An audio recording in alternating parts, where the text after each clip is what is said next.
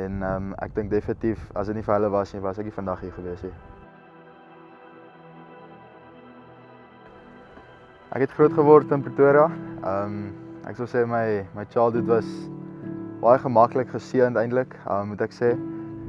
So ek het nooit gedink ek gaan vir die Leeu's wil speel nie, maar obviously die geleenthede wat ek gekry het, gemaak dat ek hier opgeëindig het en ek is baie dankbaar daarvoor.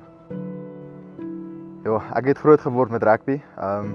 My hele familie was net rugby. Ek dink ek het verlief geraak op die game toe ek klein was. Toe ek nog billetjie rugby gespeel het. Ek onthou nog die dae wat ons speel het op lofte se velde en definitief affies. Vandat ek al aangekom het ek onder 14F rugby gespeel. So ek het nie 'n span gemaak omtrent hier. Ek het begin as 'n vet fly-off en die coaches het my net aanhou geback en meneer Jacobs hulle vandat ons daar begin het, was hulle daar gewees. So ek moet sê affies het 'n baie groot rol in my lewe gespeel. En vroeë oggende harde werk is maar een van die basic goed gewees wat belangrik was vir my om te kom waar ek is vandag. My oupa en my ouma, hulle speel ook 'n groot rol. My ma en my pa.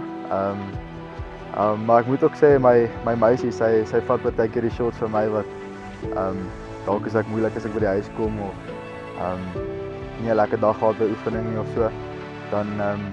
Dan is sy maar die een wat gewoonlik shots vat, maar sy hou my aan support en dit motiveer en gee net nuwe energie, ja.